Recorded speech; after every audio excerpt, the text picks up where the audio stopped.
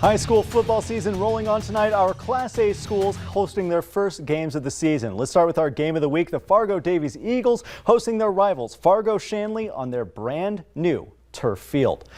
Highlights starting early in the first quarter here. The Eagles bring in the hits early.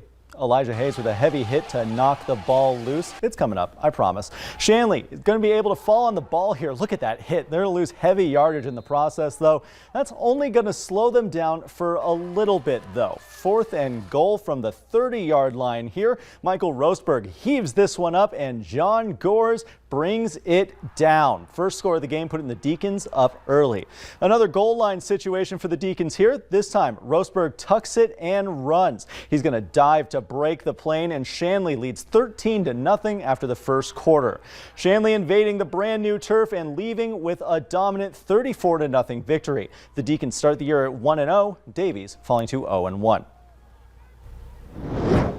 Meanwhile, on the other side of I-94, the Fargo South Bruins hosting some opponents from out west tonight, Bismarck St. Mary's. Very first play of the game, and the Saints go long. Nick Schumacher drops an absolute bomb down the sideline to Nathan Fedorchak. The 75-yard touchdown strike, making this a 6-0 game almost as early as possible. We've got a heads-up play by the Bruins coming up now. After being forced to punt on the very next drive, the ball bouncing off of a St. Mary's leg. It's covered up by Carson Bevel. The Bruins recover to set up their first score of the day, a field goal to make this a 6-3 game.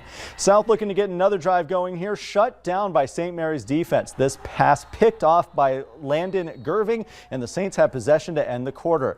These teams still in action currently in the fourth quarter. St. Mary's leading 20-9. Checking in out west now, the West Fargo Packers traveling for their first game of the year against Minot. Peyton Jancy stepping back for a long pass, and this long arm down the field to Carson Hagerly, who runs it in for the first score of the game. Packers up 7-0 after the kick.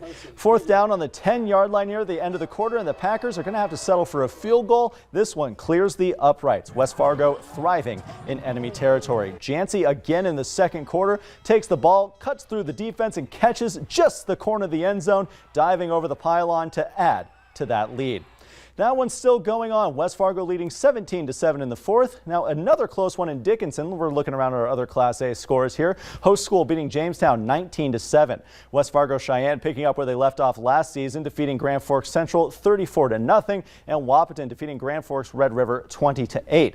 And in upset, look at that bottom right score there. That's the Class B Grafton Spoilers spoiling the season opener for Devils Lake, upsetting the Firebirds 22-20. And looking into some scores for our Class B teams. We're going to start with 11-man action. Langdon area Edmore Munich winning their 40th consecutive game, defeating West Hope 41-6. Thompson defeating Central Cass 42-22. Northern Cass winning the I-29 trophy against Oak Grove, defeating the Grovers 39-21. Hillsborough CV defeating Kindred 26-20. Both teams now 1-1 on the year. And Lisbon bouncing back in a big way from their loss last week, beating Park River 52-0. And last, but certainly not least, in the 9-man ranks, Lemoore Litchfield Marion keeps dominating. They dropped over 70 points for the second consecutive game, blanking Griggs Midcoda 76-0. Cavalier and Hankinson winning a couple of thrillers of their own. Finley Share and Hope Page shuts out Enderlin. Larimore outscoring Richland by 30 points, and look at that last score, a shootout between Hatton, Northwood, and Tri-State. The Thunder winning 54-50. 100 combined points. That's my kind of game. Yeah, I love that kind of offense. For Davies, back to the drawing board. Yeah. When you start you're breaking in your brand new turf, it's a tough way to start it. But I mean, there's a long season left. You know, plenty of time. Always next week. Exactly. All right. Stay with